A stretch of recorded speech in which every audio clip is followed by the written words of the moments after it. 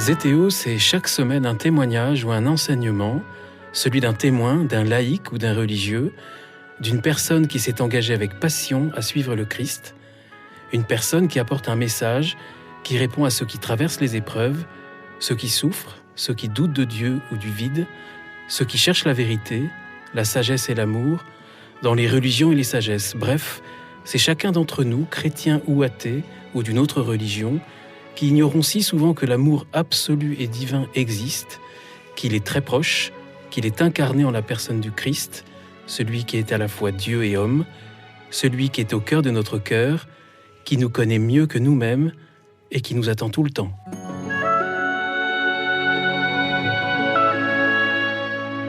Bonjour aux auditeurs de Zétéo, merci pour votre fidélité.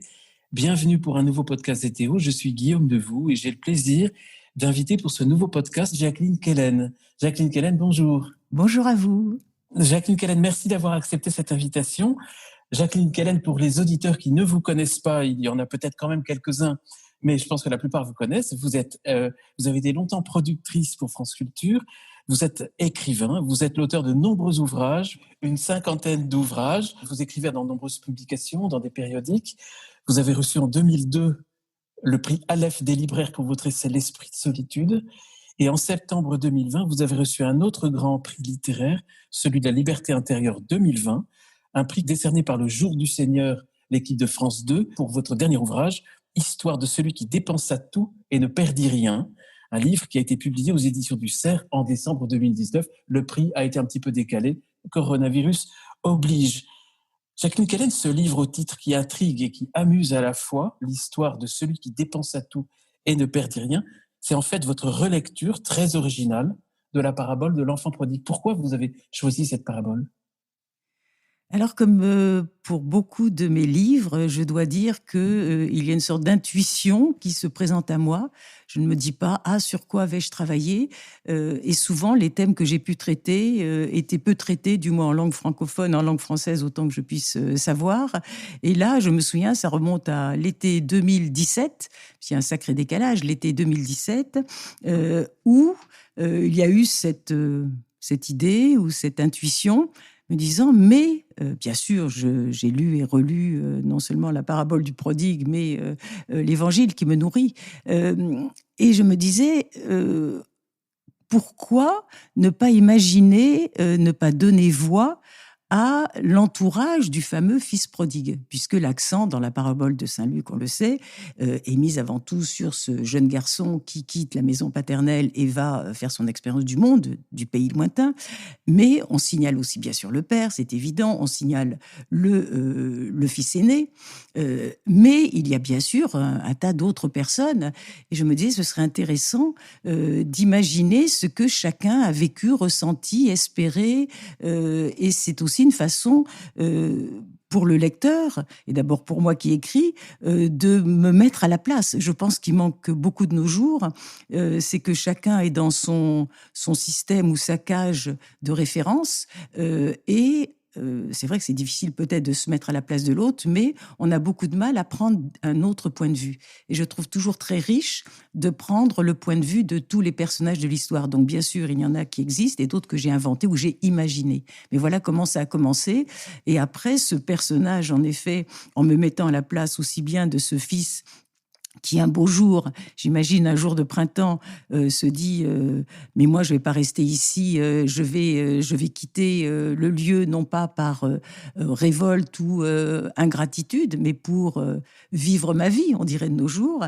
Et j'ai commencé à penser à lui en me disant mais c'est pas ce méchant, ce renégat, ce mauvais fils que toute la tradition chrétienne, y compris récente, enfin dans les traités ou les homélies ou les livres les plus récents, montre. Ce n'est pas du tout l'affreux, le damné, le pécheur absolu. Alors, vous avez pensé à lui, vous avez pensé aux autres personnages de cette parabole, le père, la mère, le fils aîné, bien sûr. Il y aura des anges aussi, il y a un vieux serviteur. En fait, vous, dont l'œuvre revisite souvent les grands mythes de l'histoire, les contes, l'histoire sainte, vous revisitez cette parabole. On a un peu l'impression de lire ou l'Ancien Testament, le Cantique des Cantiques à certaines pages, ou même à d'autres pages, les Contes des Mille et Une Nuits. C'est très féerique, c'est très poétique. C'est pas féerique, c'est poétique. Et on a l'impression, en fait, de lire notre vie à tous.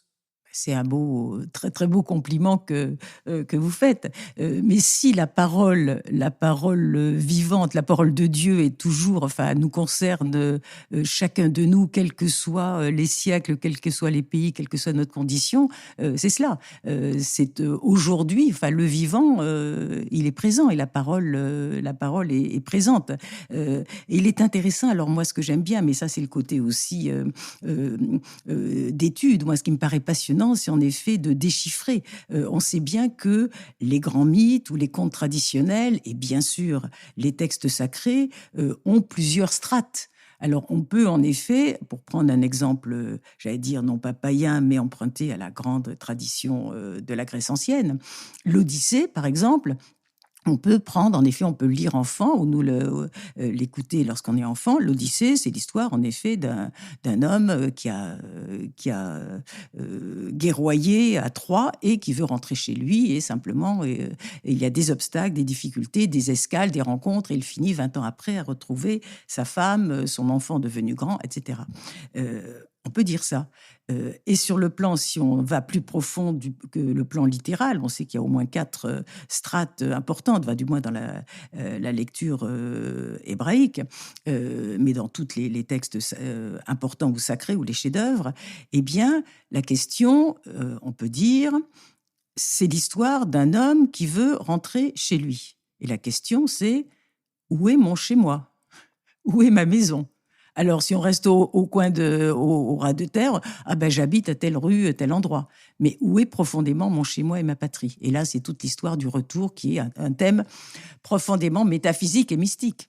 Voilà. Oui, c'est l'histoire du retour mais bien sûr avant tout l'histoire du départ d'un enfant qui veut aller vers un pays lointain que vous dites en fait c'est le monde terrestre, c'est celui de l'expérience, mais c'est aussi quelque part le monde de la chute, c'est le monde de la séparation du père. Oui. Et c'est là où je disais que c'est un petit peu notre histoire à tous. Alors, puisque j'ai l'impression que tous les grands mythes et cette parabole-là est toujours liée à ce grand thème de la chute ou l'exil et le retour. Et surtout, le désir de retour. Je trouve que c'est ça qui est plus important. Si notre époque complètement plongée, engluée dans l'immanence, se croit à demeure, l'être spirituel est celui qui se sait de passage ou qui n'oublie pas son origine et qui va traverser cette existence sans jamais oublier la demeure du Père. Et c'est ça le risque que prend, je pense inconsciemment au départ, le risque que prend le jeune fils, celui qu'on appelle prodigue. Comme vous le dites aussi, mais ça on ne veut pas l'admettre de nos jours, l'homme tel qu'il est aujourd'hui, l'être humain, est en effet dans une condition déchue. Et nous ne sommes pas parfaits, ce qu'on nous fait croire à longueur de temps, puisque nous sommes parfaits, nous n'avons qu'à nous développer de plus en plus et à gérer toutes nos, comme on dit, toujours ce terme de gérer toutes nos facultés, nos qualités, etc. Or, l'être humain tombé en ce monde, enfin de son fait, par sa faute, doit se perfectionner et se montrer digne de revenir aussi à la maison du Père. Mais s'il n'y a pas, c'est toute l'histoire aussi de l'Éden, donc c'est très compliqué, ou enfin très subtil, du moins, c'est toute l'histoire de la chute. Heureusement, en effet, aussi que Adam et Ève, ils font l'expérience. Ils font l'expérience de la vie humaine, de ce monde-ci qui est un monde fini, tout en ayant en eux cette nostalgie, comme Ulysse avait la nostalgie de sa patrie et de ses proches. Il y a cette grande nostalgie qui habite au cœur de l'être déchu, du moins si il se sent déchu. La grande question aujourd'hui, puisque en effet ce thème est ô combien actuel ou contemporain de tous les temps, c'est l'oubli. il fut un temps encore, enfin presque au 19e siècle, dès le 18e, où on blasphémait, où on reniait, on déclarait Dieu est mort, par exemple. De nos jours, ce qui est très grave, c'est que la question de Dieu ne hante presque plus aucune conscience. Je ne parle pas en effet de certains êtres encore liés, qui se sentent liés à une religion, à une spiritualité. Donc c'est moi je pense que le grand défi, le risque terrible que prend, je pense à son insu au départ, le jeune fils, c'est quittant, sans violence, mais quittant la maison éternelle, on va dire, paternelle et éternelle, il risque de ne jamais revenir. Il risque d'oublier, donc de s'adapter à ce monde, de croire que c'est ce monde qui est sa destination, et de ne plus, et d'étouffer en lui tout désir d'éternité. On en est là aujourd'hui. En même temps, cette démarche du fils prodigue, on sent que vous l'aimez bien. Ah oui. À la fois sa démarche et à la fois lui. Oui. On sent que vous avez une préférence même entre le fils prodigue et le fils aîné. C'est amusant que vous me disiez ça parce que j'en ai parlé avec des proches ou des lecteurs, et certains me disaient « Ah oui, on voit que vous vous mettez tout à fait à la place du fils aîné ». Et je disais, mais non, moi j'aime beaucoup le fils. Voilà, non. Donc c'est bien, comme chacun ressent aussi à sa façon, parce que je me sens aussi tout à fait à la place du fils aîné, au sens l'être intransigeant, justice un peu, pas bornée, mais un peu sèche et terrible. Enfin, vous dites quand même que lui, il est né en hiver, tandis que le fils prodigue, oui, il est né au printemps. Oui, donc, j'imagine. Tout de suite, on a quand même plus d'envie d'aller vers le printemps que, non, mais chacun... que le fils prodigue. Vous dites qu'il part un jour de printemps. Oui. Oui. Donc vous aimez bien cette démarche du fils prodigue quand même. Oui, parce que en plus il a du courage. Ce qu'on ne dit jamais, c'est, enfin déjà c'est le propre d'une existence humaine de s'aventurer, de découvrir, de marcher, de chercher. Donc c'est tout sauf une attitude, un comportement résigné, sédentaire, frileux, etc. Et on le voit. Bon, Jacob, au départ, Jacob, il reste bien protégé par sa maman, et après, il est bien obligé, parce qu'il a lésé à deux reprises au moins son frère aîné Ésaü, là, il est obligé de quitter la maison. À chaque fois, il y a, ne serait-ce qu'en prenant des Abraham, il s'agit de quitter ses références familières, à savoir sa sécurité, sa certitude, et là, tout devient possible. Ce désir, en effet, de rencontrer, de connaître, de s'ouvrir au monde, c'est magnifique. D'aller à la rencontre du vent, comme je vous cite. Hein. Il va à la rencontre du vent. Oui, parce que c'est une image de la liberté du tout possible. Il ne s'agit pas de se sécuriser, enfin c'est un terme qui ne peut pas exister dans un domaine spirituel. On ne cherche pas la sécurité. Le domaine spirituel, on a une soif de liberté. Et non pas la liberté d'aller et venir. Mais lui, au départ, s'il se dit, je veux connaître autre chose que le monde, la maison que je connais bien et mes proches. J'ai envie de nouveau. Et cette soif de nouveau, je pense qu'elle fait ouvrir en effet les ailes. Et il se risque en effet, parce qu'il ne sait pas où il va, mais il se risque en effet à des obstacles, des épreuves, peut-être de belles rencontres, et il va assumer tout cela. Mais lui, il a des rêves, tandis que le fils aîné que vous décrivez, il a des devoirs. Est assez sévère, il a des devoirs. Et puis il a des devoirs. Son père l'aime autant que le fils prodigue. Il aime les deux, l'un autant que l'autre. C'est ce qu'il dit. C'est ce qu'il dit. C'est ce que vous lui faites dire dans le livre, puisqu'effectivement, on accompagne tous ces personnages avec beaucoup de poésie, beaucoup d'humanité. Le fils aîné, en fait, j'ai appris quelque chose de cette parabole auquel je n'avais pas fait tellement attention en lisant bien votre livre, en relisant la parabole. C'est qu'en fait, c'est lui qui est soupçonneux. C'est lui qui va juger assez durement le fils, le petit frère, ce que ni le père ne va pas faire et que Dieu ne fait pas. Tout à fait. tout à C'est fait. lui qui le soupçonne d'avoir été fréquenter des prostituées, alors qu'en fait, on n'en sait rien. Mais On sait oui. qu'il a été prodigue. Oui, oui, et de là, là se sont engouffrés tous les théologiens et les prédicateurs qui ont développé ce thème, et puis même y compris sur les vitraux des cathédrales, où on voit en effet le fils qui va dans les maisons de mauvaise vie avec des courtisanes, qui joue à leur au dé, ou enfin une sorte de damier, donc folle vie, grande vie, alors que ce n'est pas précisé du tout, ce n'est pas indiqué. Il y a 2 lignes, en effet. Et c'est le frère aîné. Alors, quand je disais le père dit qu'il les aime autant, je parle du point de vue du frère aîné. Il est évident que le père, qui est à la fois un père de famille humain, mais bien sûr c'est la figure du Père éternel, de Dieu, il est évident qu'il aime chaque être personnellement, et tous les êtres de même manière. Il ne va pas préférer, etc. Mais je peux comprendre que du point de vue du frère, qui ne se sent pas accueilli et fêté et embrassé, où la tendresse se manifeste pas de même façon, il se sente moins aimé. Et c'est ça qui est la blessure, la grande blessure. Je reprends, puisque c'est le grand thème aussi des frères, pas ennemis, mais un affrontement entre frères. L'histoire de Jacob et Ésaü. Moi, il y a toujours ce passage où Ésaü, qui est le grand, enfin qu'on présente sauvage, etc., et qui va en plus s'encanailler avec des femmes étrangères, et qui chasse à l'extérieur, on le présente comme une sorte de brute. Et lorsque Jacob, avec l'aide de sa mère, lèse Ésaü en obtenant la bénédiction du père, et donc il n'y en a qu'une, il n'y en a pas un, et Ésaü, ce grand corpulent, il éclate en sanglots. Et moi, je comprends aussi ça. Bon, on va lui donner après des bénédictions un peu au rabais, un lot de consolation.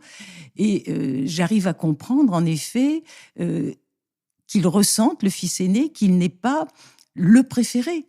En effet, c'est réconfortant. Le père lui dit, mais tu es là avec moi et tu as tout ce que, etc. Mais il n'a pas été accueilli follement amoureusement, comme avec un cœur immense, comme le fils ingrat, dit ingrat, a été accueilli. C'est vraiment toujours là. Vous parlez même d'une injustice, d'un sentiment d'injustice que le frère aîné a le sentiment que l'Éternel est injuste. Il accepte l'offrande d'Abel, mais pas les sacrifices de Caïn. Il a du mal à s'en remettre, en fait. Mais oui, c'est toujours la même histoire, mais c'est cette confrontation. Est-ce qu'on peut, nous, d'un point de vue humain, il y a la notion de justice assez étriquée, je dirais, enfin qui est importante pour réguler la société ou pour régler des conflits humains, mais il y a une justice supérieure à laquelle j'ai l'impression que nous ne pouvons pas comprendre parce que nous sommes limités, et dans notre esprit, dans notre intelligence et dans notre cœur. Mais il y a toujours quand même cette histoire du préféré. On sait que cette parabole fait suite à celle des fameuses brebis, et moi je comprends quand même les brebis, même si je ne me sens pas une brebis enfermée dans son bercail, les brebis qui sont beaucoup moins chouchoutées apparemment que la brebis qui s'est égarée et que le pasteur est allé chercher avec 1000 précautions. Voilà, et il revient avec la brebis sur les épaules, et chaque brebis bien sage se dit, mais pourquoi moi? Pourquoi pas moi? Et ça aussi, c'est quelque chose d'extrêmement insidieux, parce que c'est ce que moi j'appelle le démon de la comparaison. Et on est en plein, par exemple, dans un monde qui se dit égalitaire, où il n'y a pas d'égalité, bien sûr, et pourquoi lui, il a ça, et moi, je vais avoir autant que lui, et si lui bénéficie de telle aide, par exemple, pourquoi pas moi, etc. On n'est que dans ce démon de la comparaison. Or, l'important, c'est de se souvenir, mais là, ce n'est pas démontrable, que le Père aime chacun tel qu'il est, et autant, il n'y a pas de préférence, justement. C'est comme cela que vous-même, personnellement, Jacqueline Kellen, vous résolvez ce dilemme, vous, personnellement. Mais j'ai du mal, c'est la notion de justice. C'est comme cette fameuse parabole sur l'ouvrier de la dernière heure. Pour moi, le fils prodigue, c'est aussi l'ouvrier de la dernière heure.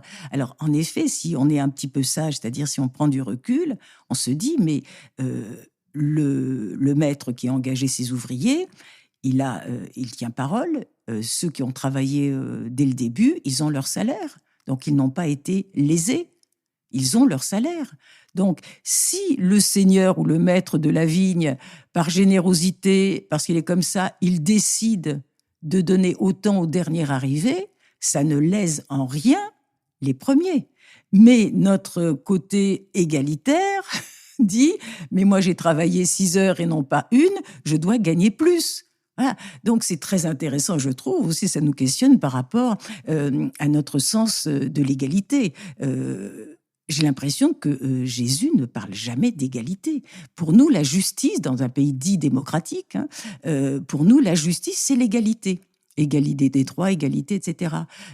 Jésus ne parle jamais d'égalité.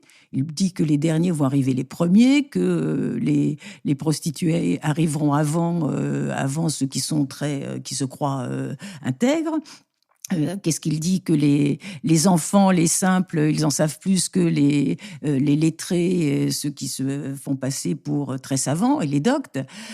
Donc, on est totalement chamboulé. C'est toujours cette confrontation entre notre sens de la justice, qui est important, et la justice qui doit être rendue, et quelque chose qui la pulvérise, qui la sublime, qui la déborde, et qui est cet amour incompréhensible. Pour moi, l'amour de Dieu, y compris à mon égard, l'amour est absolument incompréhensible. Comment peut-il, et je trouve qu'il est d'une patience, mais que Dieu est une patience par rapport aux êtres humains, parce qu'on a de plus en plus la nuque dure. Je me dis, mais comment, c'est vrai, se mettre à la place de l'Éternel, on a envie en effet d'envoyer un déluge à nouveau. Alors c'est peut-être pour ça, Jacqueline Kellen, que vous avez écrit ce livre un petit peu comme un parcours initiatique, parce qu'en fait, le parcours du fils prodigue, on a l'impression de suivre avec lui un chemin initiatique. Dès son départ, il est heureux de découvrir des nouveaux paysages, et il est heureux j'ai été marqué par ce passage où il va boire l'eau d'un puits, et tout d'un coup, il se rend compte que c'est la première fois en fait qu'il se désaltère auprès d'une eau qui n'est pas la sienne, il n'en est pas le propriétaire, et il apprend à se déposséder. Et voilà. il a cette phrase enfin, que vous lui prêtez, nu je suis venu en ce monde, nu j'en sortirai. Il reprend évidemment les textes de l'Écriture de Job, oui. Bien sûr, oui. Bien sûr, alors vous le sentez, certains lecteurs aussi, je pense, c'est imprégné en effet de références bibliques, mais sans note en bas de page. C'est imprégné vous avez cité le Cantique des Cantiques, bien sûr, parce que j'imagine, et ce n'est pas difficile à imaginer, que le fils, qui n'est pas un enfant, il part peut-être enfant, mais ce sur quoi j'insiste, et je pense qu'on l'oublie, on ne l'imagine pas, c'est que cet exil du fils volontaire, ce voyage, ce n'est pas une fugue. Il n'est pas parti 1 an ou 2 ans. Pour moi, c'est, comme vous l'avez dit, c'est initiatique, c'est-à-dire c'est toute une vie. Je pense on peut s'amuser à dire 40 ans, mais c'est toute une existence. Donc, au cours de l'existence, comme celle qui nous est proposée, impartie, le temps que nous avons, nous pouvons gâcher notre temps, mais nous pouvons aussi découvrir, connaître, rencontrer. Et j'imagine, en effet, qu'il a rencontré des femmes et un amour. Et ça, bien sûr, je suis inspirée à ce moment-là par le Cantique des Cantiques, ce n'est pas rien, mais j'imagine que cette expérience d'amour, en effet, est un rappel, est une étincelle qui lui permet de se relier aussi à cet amour infini qu'il a vécu au départ. Alors, on ne va pas justement déflorer tout le livre. Non, mais pour dire qu'il y a plein d'expériences. Avec des femmes et une rencontre avec une femme. J'ai noté qu'il lui parle d'un amour avec l'air grave, presque triste. Ça m'a frappé. Et en même temps, cette femme lui révèle la vie, l'amour, la liberté sans confins, et elle disparaît. Donc, en fait, c'est une évocation de Dieu, c'est un symbole vers Dieu, mais c'est pas la possibilité de l'amour humain. C'est une messagère. Il me semble que dans notre existence, mais nous n'y prenons pas garde, nous rencontrons, mais c'est aussi un animal, une fleur, une lumière, des signes. Nous vivons dans un monde de signes. On attend des miracles. En fait, nous baignons, si on est un peu humble et transparent. Nous habitons dans un monde de miracles. Pas le monde visible, mais nous habitons déjà la vie est un miracle. La vie est un miracle, ce qu'on oublie, puisqu'on en fait, on la méprise à longueur de temps. Donc, il y a j'ai l'impression que nous-mêmes, parfois, à un moment, nous colportons une bonne nouvelle, on se rend pas compte qu'avec un mot, un regard, un sourire ou quelque chose, un geste, eh bien, on a éclairé la journée de quelqu'un. Ou en disant un mot, on a peut-être résolu une question que la personne se posait depuis longtemps. Et de même pour nous qui recevons ces signes. Et donc, cette femme avec qui il a la révélation de l'amour. Un amour, je voulais surtout préciser, faire la distinction, parce que moi je n'ai pas relu, une fois que mon livre paraît, moi je ne relis jamais mes textes, mais je voulais faire la distinction qui existe aussi dans les grands mythes et puis bien sûr dans la Bible, entre l'amour de la mère et l'amour de la femme. Et ça me paraît précieux. L'amour de la mère, en effet, je ne fais pas de psychologie à bas niveau, ni même simplement, l'amour de la mère est un amour qui est protecteur à tout prix et qui pardonne tout d'avance, qui excuse tout d'avance, et donc d'une certaine façon, c'est facile à dire, qui peut étouffer, donc empêcher de faire des expériences. Elle peut le garder, l'amour de la mère peut garder l'enfant, le garçon surtout, prisonnier. Alors que le véritable amour d'une femme, si du moins il est vécu comme cela, l'amour de la femme est dangereux. Parce qu'il révèle une autre sorte d'amour. Il y a une confrontation qui ne rassure pas, me semble-t-il, mais qui ouvre à un autre visage du garçon ou de l'homme. Donc, il me semble que l'amour de la femme ouvre l'individu masculin vers sa noblesse, vers sa grandeur, vers sa liberté, alors que l'amour de la mère, si beau soit-il, si riche soit-il, l'empêche et a envie de le garder pour lui. Voilà. De même que le père dans la parabole, aime la liberté du fils. Si j'aime l'autre, si j'aime autrui, je l'aime pas pour moi, je l'aime pas pour le garder ou le posséder, mais je l'aime pour sa liberté, pour ce qu'il est. Voilà la distinction. Il avait compris très vite que son fils était ouvert, puisqu'il dit « Tes questions, je vous cite évidemment, tes questions ouvraient 1000 portes sur le monde quand le père pense au fils qui est parti. » Et quant à la mère, effectivement, vous avez cette très belle phrase qui illustre ce que vous venez de dire. Vous écrivez « Le plus souvent, une mère ouvre grand les bras pour accueillir son enfant chéri. Plus rarement, elle ouvre les bras pour le laisser partir. » Voilà, c'est elle une accepte quand même de le gestuelle. laisser partir. Mais elle est obligée. Mais moi, elle me touche infiniment, cette mère. Elle souffre, mais on comprend, c'est un arrachement. Tous, le père aussi. Vous décrivez un père qui est quand même qui se tourmente et qui s'inquiète. Oui, sauf que le père, enfin donc on va dire humain de la parabole, le père est sans cesse relié à la transcendance divine. Il est vraiment dans une verticalité. Alors que même si son fils ne revient pas, il l'accepte parce que c'est la loi divine. Alors que la maman, elle attend au loin. Elle attend qu'il revienne dans ce monde et dans sa vie à elle. C'est en effet c'est pas du tout une opposition drastique, mais c'est l'amour a tellement de nuances, c'est ça qui est magnifique. Il y a toutes les nuances de l'amour, de la tendresse, de l'amitié, de la reconnaissance, de l'affection, de la charité, de l'amour fou. Il y a toutes ces sortes d'amour qui se déploient et que le fils prodigue en effet va découvrir d'une certaine façon. Alors, une des choses qui m'a le plus profondément marqué, Jacqueline Kellen, en lisant ce livre, c'est que vous dites qu'en fait, c'est une parabole de l'accueil et pas du pardon. Oui, mais oui, je souris parce que on croit toujours qu'on connaît. Alors bien sûr, moi j'ai plusieurs traductions. Je ne lis pas. J'ai fait des études de grec, mais je lis en français. Donc j'ai plusieurs traductions de cette parabole, enfin des évangiles de la Bible et de la parabole. Et à aucun moment il n'est question de pardon ou de pardonner. Et je trouve ça incroyable que, dès le départ jusqu'à nos jours, la parabole du prodigue, du fils prodigue, sert d'illustration au pardon, que ce soit, encore une fois, dans les homélies, dans les livres ou les reproductions de tableaux sur un livre sur le pardon. Et ça nous interroge parce que... moi, je ne peux pas parler du pardon parce que je pense que de nos jours, ce thème est totalement accaparé par la psychologie et la thérapie. Et ce n'est pas mon domaine. Donc, sur le plan spirituel, c'est autre chose. C'est comme le terme de guérir. Pour moi, guérir et pardon, il faut vraiment les entendre et les développer sur le plan spirituel, ce qu'on ne va pas faire aujourd'hui, mais ils sont uniquement rabaissés ou commentés sur le plan psychologique et thérapeutique, ce qui m'intéresse pas, enfin, ce qui nous intéresse pas ici.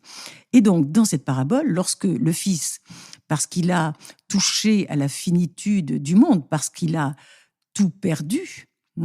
Mais je pense que ça ne vient pas simplement de lui. C'est là que j'imagine, en effet, ce désir qui n'a pas été totalement étouffé, cette espérance qui est restée au fin fond de lui et qui lui dit « mais je vais revenir à la maison du Père ». Et non pas en triomphateur. Moi, je trouve que ce retour est magnifique parce que après plein d'années, on va dire, de nombreuses années, il revient chez lui, il ose revenir à la maison du Père, et il se souvient comment il en est parti quand même, il n'a pas donné de nouvelles, on s'imagine, et il revient, et il n'a rien à donner, si on peut dire, il est vide de tout, pauvre de tout, il n'a pas ni femme ni enfant à présenter, il ne s'est pas enrichi. Quel courage et quelle folle espérance de la part, et quel amour d'une certaine façon de la part de cet enfant qui est maintenant un homme, de dire, eh bien voilà, tout démuni, dans mon état, eh bien, je serai accueilli. Au début, il se demande au départ, mais je serai accueilli. Donc la merveille de l'enfant qui est devenu un homme, c'est que il n'a pas perdu, il croit toujours en l'amour du Père. Lui, il se rend compte qu'il y a quelque chose d'inépuisable, il a tout perdu, mais en lui, il y a quelque chose d'inépuisable, c'est l'amour du Père pour lui. Et ça, c'est notre... Le Père, effectivement, dans votre livre, pardon de vous interrompre, Jacqueline Kellen, mais c'est passionnant, le Père, dans votre livre, justement, prie pour que son fils ne l'oublie pas. Et effectivement, le miracle, en quelque sorte, de cette parabole, tel que vous le décrivez, c'est que le fils n'oublie pas, c'est le retour du fils qui est animé, et j'aimerais vous faire un petit peu parler de ce mot que vous employez et de cette dynamique de la repentance. Oui, oui, alors, bien sûr, et puis on reparle ensuite du pardon, parce que tout est lié. Oui. Quand on parle de repentir, de repentance, on voit tout de suite quelqu'un affligé, qui se frappe, qui se couvre de cendres ou presque, qui se prive de tout, donc qui reste dans un état lamentable, je dirais, pécheur et sans surrection ou résurrection. Bon. Alors que le repentir est quelque chose d'extrêmement dynamique. C'est une force qui vous fait vous relever. C'est vraiment, moi, c'est un jeu de mots, hein, ce n'est pas l'étymologie, mais pour moi, le repentir, c'est remonter la pente. Vraiment ça. De même, lorsqu'on se frappe la poitrine, si on se frappe encore la poitrine, je ne suis pas digne, etc. C'est pas se frapper parce que on se bat. On se cogne, etc. C'est on frappe à la porte du cœur, pour moi. Frapper, c'est ouvre ton cœur et entends, comprends et remonte, revient. Donc le repentir, pour moi, c'est totalement lié à cette nostalgie d'une plénitude que nous avons connue, d'un amour qui n'est pas épuisé, qui est même toujours bien vivant. C'est nous qui l'avons recouvert, c'est nous qui l'avons chassé, c'est nous qui l'avons trahi. Je dis nous pour tous les enfants prodigues que nous sommes, hein, ingrats. Mais savoir que, alors là, c'est une grâce, c'est pour ça que moi j'ai fait intervenir un ange, c'est une grâce de se dire, mais à un moment, voilà, il y a quelque chose d'indestructible, d'inaliénable, d'inviolable, que je ne peux pas perdre, j'ai tout perdu, mais je ne peux pas perdre, c'est l'amour du Père. C'est l'amour de Dieu. Et là, c'est une force extraordinaire qui le pousse à remonter. Voilà. Alors, vous avez, Jacqueline Kellen, justement parlé de l'intervention d'un ange. Il y a 2 anges qui interviennent dans votre ouvrage. C'est pas un prétexte littéraire, l'ange. On sent que vous y croyez vraiment. C'est vraiment l'intervention de l'au-delà. Tout à fait. Pour le premier ange, en tout cas, celui-ci, oui, c'est cette grâce. C'est inexplicable. Pourquoi ? Alors, de nos jours, bien sûr. Quel est le terme qui est employé au lieu de dire l'Esprit Saint et les signes envoyés par l'Esprit ? Eh bien, on va parler de résilience, bien sûr, la résilience. Ça me fait sourire, c'est triste, parce que on croit expliquer psychologiquement pourquoi quelqu'un, à un moment, qui vit quelque chose de terrible, une rude épreuve, pourquoi il s'en sort, comme on dit prosaïquement, pourquoi il revient à la surface, pourquoi il repart à neuf. Bon, dans un monde qui ne croit plus à rien, on ne peut invoquer que des termes comme cela. Mais c'est en effet une intervention de l'esprit, c'est ce qu'on appelle la grâce. En effet. Alors, libre à moi, à savoir au prodigue sur son fumier ou son tas de paille avec les cochons, ses compagnons, libre à lui de répondre à ce signe, à cette invitation à partir, à se relever et à se redresser, à remonter vers le Père. Mais heureusement, s'il n'y avait pas des interventions de l'esprit, je crois qu'on serait dans un état lamentable. Voilà. Alors, alors pour moi, en effet, les anges, moi j'aime beaucoup Jean Cocteau, mais ce ne sont pas simplement des anges sympathiques, heurtebise, etc. Ce sont vraiment heureusement qu'il y a ces présences invisibles, mais sensibles, qui interviennent dans notre vie. Heureusement. Mais l'ange peut prendre toute forme, toutes sortes de figures. En effet, un livre, une musique, un animal. Enfin, montre une présence surnaturelle qui veille sur nous. Moi ça c'est ma foi. Il y a en effet des présences secourables. Simplement, la plupart du temps, l'être humain soit est très arrogant, soit s'enferre dans dans ses habitudes, dans ses certitudes ou dans son malheur. Surtout, il s'enferre dans son malheur et il ne voit plus ou il ne prend plus ses mains tendues ou cette aile tendue. Voilà. Mais pour chacun, je pense qu'il y a cela. Il y a cela. Alors, on n'avait pas fini de parler du pardon, Jacqueline Kellen, parce qu'en fait, évidemment, cette parabole, elle est une parabole sur le pardon, mais beaucoup plus sur l'accueil. La miséricorde sur le don, divine, le don total.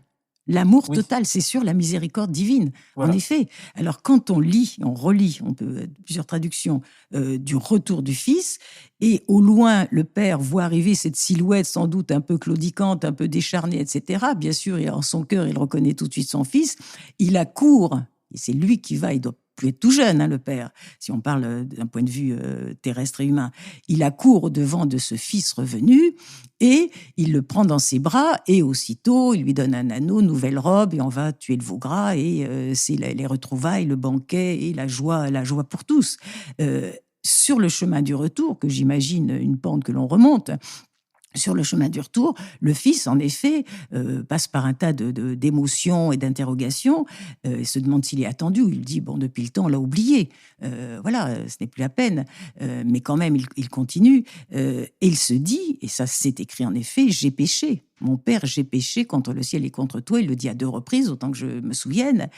Et donc, il ne se sent pas dans un état de perfection totale. On sait bien, il sent qu'il a, en effet, qu'il s'est égaré ou qu'il a dépensé, en effet, toutes ses facultés, tous ses dons, et qu'il n'a pas fait prospérer. Ça, certes.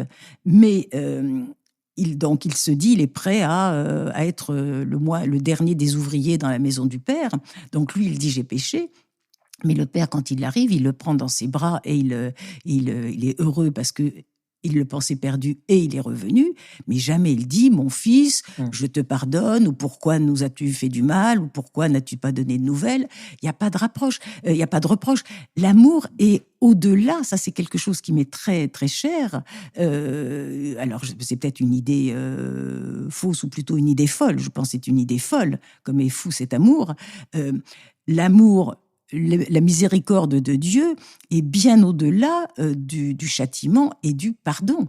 Si j'aime un être, prenons l'exemple tout simple, vous avez un ami cher ou un enfant, vous avez un enfant qui un jour part et ne donne plus de nouvelles, et qui revient 40 ans après. Est-ce que vous, en tant que père, en tant que mère, est-ce que, quand il revient, vous allez lui faire la tête et lui dire, oui, le réprimander, lui faire des reproches? Qu'est-ce que vous faites? Mais magnifique, vous le croyez perdu, mort, et le voici. Mais vous le serrez dans vos bras et vous l'embrassez. Voilà, cet amour-là, donc, de cette miséricorde divine incommensurable, n'a pas besoin de pardonner quoi que ce soit. C'est pulvérisé. Nos petites fautes ou nos grands péchés sont pulvérisés. Mais on dit ça quand on revient. C'est un amour. Oui, c'est un amour qui nous dépasse. Totalement. Il y a une phrase de votre livre que j'aimerais relire, c'est « Un tel amour peut donner le vertige car il pulvérise nos petites comptabilités terrestres. Point besoin de se sentir misérable ou coupable pour bénéficier de l'immense compassion de Dieu. » Voilà. Mais là justement, c'est de nouveau la question de la justice. Parce que moi, le frère aîné, j'étais impeccable, je suis restée près des parents, j'ai géré le domaine, j'étais parfait. J'ai rempli mon devoir, je suis fidèle, je suis honnête, etc. Voilà. Et donc, j'ai bien mérité, j'ai plus mérité l'amour du Père que ce vagabond. C'est ça. C'est inconcevable, On a inconcevable. du mal à le résoudre, ce On problème, ne ce peut pas dilemme de la résoudre. justice. Non, on ne peut pas résoudre. On ne peut pas résoudre. Parce qu'on peut dire à ce moment-là, à quoi bon? Je peux faire n'importe quoi. Je peux faire n'importe quoi. De toute façon, Dieu m'aime. Et ça, c'est le risque, en effet, que prennent certains chrétiens ou certaines formules chrétiennes quand on dit Dieu est amour. Bon, Dieu est amour, c'est un peu comme la maman qui pardonne tout. Je peux faire toutes les bêtises que je veux. De toute façon, il m'aime et me recevra et m'accueillera. Non, c'est pour ça, il me semble qu'il est important qu'il y ait le pôle justice que figure justement le frère aîné. Il y a toujours les deux pôles. Hein, il y a la rigueur et la miséricorde. Et ça, je pense que le christianisme a un peu oublié cet autre pôle pour rassurer certainement les fidèles qui restent un peu enfantiles. Non, moi, il me semble important qu'il y ait ce pôle de « nous aurons des comptes à rendre ». Ça aussi, c'est une chose dont je suis sûre.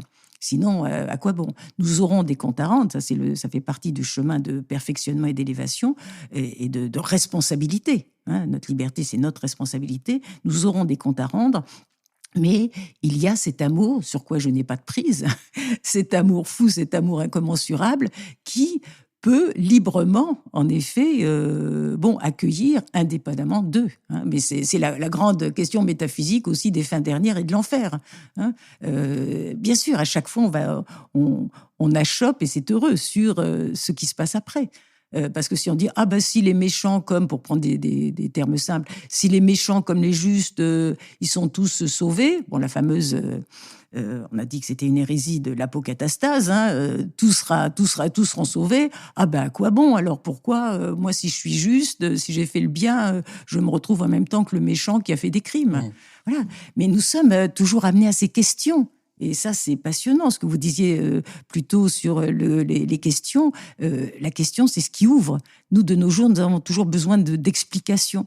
Mais l'explication, ça me fait rester dans mon terrier. L'explication, la question, ça ouvre le chemin, ça ouvre ma liberté, ça ouvre mon champ de conscience. Alors, Jacqueline Kellen, il y a chez vous un sentiment d'une certaine sévérité parfois, ou beaucoup d'exigences. Oui, mais en oui. même temps, ce que j'ai beaucoup aimé dans cette parabole, et je connais un petit peu votre œuvre aussi, c'est que derrière tout ça, il y a une vision très dynamique de la vie. On a envie d'épouser la joie, les plaisirs du fils prodigue, de mieux accepter le monde dans lequel on vit, que lui va découvrir avec toutes les beautés. Il va découvrir les beautés du monde. Et son père lui souhaite qu'il découvre les beautés du monde. Donc, il y a en même temps une sorte de vision plus dynamique.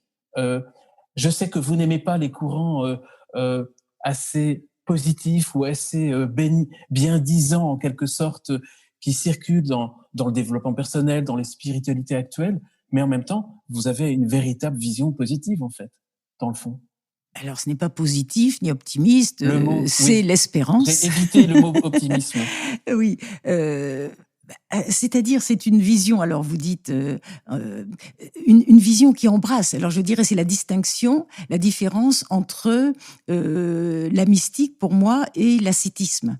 L'ascétisme, et qui est tout à fait combien honorable et légitime, je n'ai pas dit l'ascèse, hein, qui est la chose élémentaire, enfin bon, l'ascèse morale, la rigueur morale. Mais l'ascétisme, c'est je me prive et je me détourne de ce monde et je caricature bien sûr, mais je méprise ce monde et mon corps est une guenille, etc., puisque seul le monde d'en haut, le monde d'après, le monde invisible, le monde éternel est de prix et de valeur et vaut quelque chose. Et voilà. Donc on se méprise, on s'inflige même des douleurs, et on a plein dans l'histoire du christianisme, dans d'autres spiritualités aussi, on a beaucoup d'exemples de cet ascétisme qui devient vraiment même abjection de soi. Hein. Donc c'est une façon même d'insulter le Créateur, parce que s'il nous a donné la vie et un corps et des facultés, ce n'est pas pour justement les renier et les mépriser et les salir. Alors que la démarche mystique, elle embrasse tout. Elle embrasse tout. Et ce monde-ci a plein de beauté. Il a plein de richesses. Simplement, lui aussi, il passera. Il passera. C'est le monde de la finitude, même si de nos jours on croit que ce sera un monde, il y aura plus de famine, il y aura plus de mal, il y aura plus, etc. Ça, c'est les utopies ou les idéologies. Mais ce monde est un monde fini, un monde imparfait, un monde de la confusion, du mélange, du mensonge. On ne le sait que trop. Donc, ce n'est pas notre destination finale. Mais ce monde me permet justement, c'est toute l'histoire aussi du reflet entre les deux mondes. C'est dans cette existence que je peux avoir saveur d'un autre monde. C'est grâce au monde visible que, si j'ai peut-être un regard ou d'artiste ou de mystique ou de spirituel, c'est par ce monde visible, par les choses sensibles, que je peux avoir accès à l'invisible, que je peux savourer des présences qui ne sont pas celles qui me sont données par ni ma raison, ni mes sens qu'on appelle grossiers. C'est toute pas la théorie, c'est tout ce que, entre autres, Origène parle lorsqu'il dit les sens spirituels. Il y a en effet de la saveur, l'odorat, la bonne odeur de lys, etc., dont parle la Bible. Il y a tous ces sens spirituels, mais qui sont reliés à notre corps. Donc voilà. Et pour moi, ce prodigue, il fait l'expérience très belle de ce monde plein de beauté, plein de richesse, plein d'odeurs, plein de saveurs. Et je pense aussi qu'il va y œuvrer. Je ne pense pas que pendant 30 ans ou 40 ans, il n'a rien fait. Il a rencontré, il a aidé, et puis son argent qu'il a tout dépensé. C'est facile de dire qu'il a tout dépensé, mais rien ne dit qu'il n'a pas fait l'aumône, qu'il n'a pas aidé des personnes. Généreux, sans doute. Mais sans doute. Et je trouve qu'un prodigue, un généreux, est beaucoup plus sympathique que quelqu'un qui thésaurise, qui garde ses petits sous pour lui et qui épargne, en effet. Donc, c'est optimiste, si vous voulez, ou positif, à savoir, ce monde, et c'est notre chantier, c'est notre champ d'expérience et d'expérimentation. Nous n'avons que ça et nous avons tout ça. Nous n'avons que notre corps et nous avons tout notre corps. Nous n'avons que nos facultés un peu restreintes, un peu limitées, mais nous avons aussi ces facultés. Donc tout est le temps que l'on oublie. Le temps qui va nous permettre de mûrir, de maturer, de développer, d'apprendre. Voilà, nous avons tout ça et nous le méprisons parce que c'est normal, ça nous est dû, c'est normal, la lumière du jour, le soleil, les fleurs, ça nous est dû, le silence, ça nous est dû. Je pense que ce jeune prodigue qui m'est cher, en effet, remonte vers le Père, comme vous l'avez dit, totalement allégé, très allégé, mais ouvert, en effet, riche aussi de tout ce qu'il a vécu et tout ce qu'il a perdu. Moi, je pense que c'est ça, le sens d'un chemin spirituel, c'est de revenir les mains vides, mais le cœur plein. Ça, je pense que c'est c'est notre posture ce jour-là, ce grand jour-là, de remonter. Est-ce que c'est un petit peu la raison pour laquelle, du monde dans lequel nous vivons, vous-même, vous êtes très distancé, puisque de toutes les personnes que je connais, je crois que vous êtes la seule qui n'a ni Internet à la maison, ni d'email. Oh, si c'était que ça. Distancé, oui, et ce n'est pas par volonté de résister au Dieu progrès, ni... non, pas du tout. Les écrans m'insupportent, je bannis les écrans. Bien sûr, c'est parfois bien pratique et bien utile. Pour une raison aussi très simple et très physique, ça me fait mal aux yeux. Et surtout, si je veux un jour arrêter d'écrire, eh bien, je me mets devant un écran et comme ça, j'arrête d'écrire. Avoir l'expérience de ce qu'on appelle la page blanche, tout est possible. Tout est possible, tout est ouvert. Moi, l'écran fait vraiment barrage. Il y a cela. Et puis, surtout, ce qui m'inquiète, mais bon, je suis pas la seule à le dire, c'est que, puis on le vit complètement de nos jours, s'il y a quelque chose, une des richesses extraordinaires de notre existence, c'est la présence humaine, la présence vivante humaine. Je ne vais pas dire présence réelle pour éviter mais la présence humaine, c'est extraordinaire. Et maintenant, le fait, de gré ou de force, d'être systématiquement à distance, après on va devenir des ectoplasmes, on est dans le virtuel, on est fantomatique, etc. Voilà, donc je privilégie cela. De plus en plus, dans des lieux comme la poste, la banque, etc., il n'y a que des écrans et des touches, etc., au téléphone. Bon.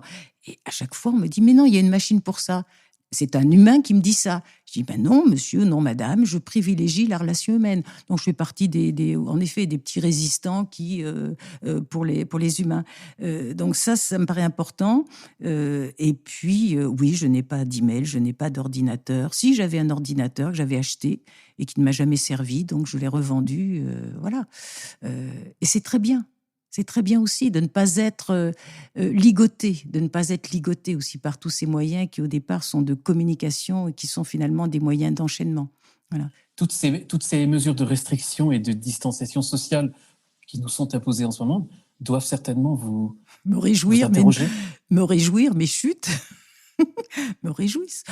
Le confinement, mais ça m'a valu quand même de perdre quelques personnes amies, parce que je n'ai pas triomphé, mais nous étions tous à la même enseigne, enfin tous plus ou moins. Moi, j'étais à Paris, dans un petit appartement, etc. Et comme pour moi, la nourriture essentielle, c'est le silence. Et puis, il y a cette dimension du temps qui vous est donné. Tout le monde se plaint toujours, on n'a pas le temps au cours, etc. Ben là, vous aviez tout le temps devant vous. Enfin, je parle pour ceux qui étaient chez eux, qui ne pouvaient pas travailler. Donc, bon. On se dit, mais on a tout le temps devant soi et on a le silence total. Moi, c'est ça que j'ai savouré. Donc, ça, c'est valable sur un plan personnel, mais sur le plan social. Sur le plan social, justement, il faut inventer d'autres choses. Il y a quand même le téléphone qui existe, on peut entendre la voix, et puis il y a aussi les lettres, le courrier, même si au début c'était un petit peu difficile. Non, justement, moi je pense que actuellement, mais on est tous dans l'incertitude de toute façon. Le grand risque, c'est en effet d'accepter totalement d'être éternellement coupé d'autrui. Par l'écran, par la distance, etc. Ça, je pense, la prudence s'impose, mais si c'est pour faire de nous un peuple de robots et d'êtres virtuels, ça, c'est épouvantable. Donc là, il y a vraiment un juste milieu à trouver, mais sinon, le fait de rester chez soi, là aussi, je me dis, mais est-ce que je fais l'ancêtre ou quoi? Je me dis, mais non, oui, les jeunes, ils pourront plus faire la fête, etc. Bon, on peut se distraire, etc. Mais 9 heures du soir, par exemple, ça ne me paraît pas effarant. Bon, là, c'est pas très intéressant ce que je raconte, vous le couperez. J'en ai bien conscience parce que c'est très difficile. On est dans une situation extrêmement difficile. Moi, la question, c'est, je privilégie avant tout la présence humaine, bien sûr en respectant des règles dites un peu d'hygiène. Et de toute façon, je n'ai jamais aimé, moi, les groupes. Donc, je privilégie la relation personnelle. 2, 3 personnes, voilà. Donc ça, c'est... Mais sinon, et puis je vous dis, le silence, retrouver le silence, ça, ce serait bien. Le silence et les anges, parce qu'on a parlé des anges, Jacqueline Kellen, il y a 2 anges qui interviennent, qui sont des personnages importants dans votre parabole, dans votre livre. On a parlé de l'ange du retournement, qui joue un rôle central. Et à la fin apparaît l'ange de l'écriture. C'est celui qui vous inspire? Alors, j'espère. Oui, je pense. Je pense qu'il est là de temps à autre. C'est un des... je dirais pas que c'est un sous-secrétaire, mais de l'Esprit Saint. Ça, sans nul doute, oui. Mais j'imaginais, et je trouve ça joli en effet, de penser qu'il y a, mais bon, c'est aussi dans l'histoire de Tobie et l'ange, que eh bien, tout ce qui peut monter de la terre, des humains, mais aussi du mufle, du museau des bêtes, des feuillages, que ces chants, ces mélodies, ces cris, ces clameurs, peut-être ces insultes aussi, eh bien, sont toutes recueillies par un ange qui, j'espère, fait un tri ou les tamise, ou en fait en tout cas une symphonie à peu près audible, et les présente au Seigneur. Voilà, c'est la symphonie qui monte de notre monde, et de nos jours, peut-être, il y a beaucoup plus d'insultes, de revendications et de blasphèmes que de louanges. Mais je trouvais ça... je pense qu'il existe, cet ange. Oui, je pense qu'il existe. Alors à nous de ne pas faire entendre des jolies notes. Merci Jacqueline Kellen pour votre belle voix qui s'est certainement qui s'est ajoutée au concert de cette symphonie dont on vient de parler. Je voulais vous remercier de tout cœur d'avoir participé à ce podcast. Je voudrais remercier les auditeurs de Zétéo pour leur fidélité et pour des audiences qui ne cessent de monter. Zétéo, c'est un podcast entièrement gratuit, donc je tiens à remercier tous ceux qui contribuent à notre effort par leurs dons, et j'encourage tous ceux qui ne l'ont pas encore fait à se joindre à cet effort. Tous les montants comptent. Pour faire un don, il suffit de trouver des liens facilement reconnaissables qui accompagnent ce podcast. Jacqueline Kellen, je voudrais vraiment vous remercier de tout cœur, inciter les lecteurs à lire votre œuvre, notamment cette histoire de celui qui dépense à tout et ne perdit rien. On mettra les liens sur le podcast. J'espère à bientôt pour un prochain podcast. Merci beaucoup. Belle route à vous. Merci beaucoup et à bientôt à tous les auditeurs de Zétéo pour un nouveau podcast.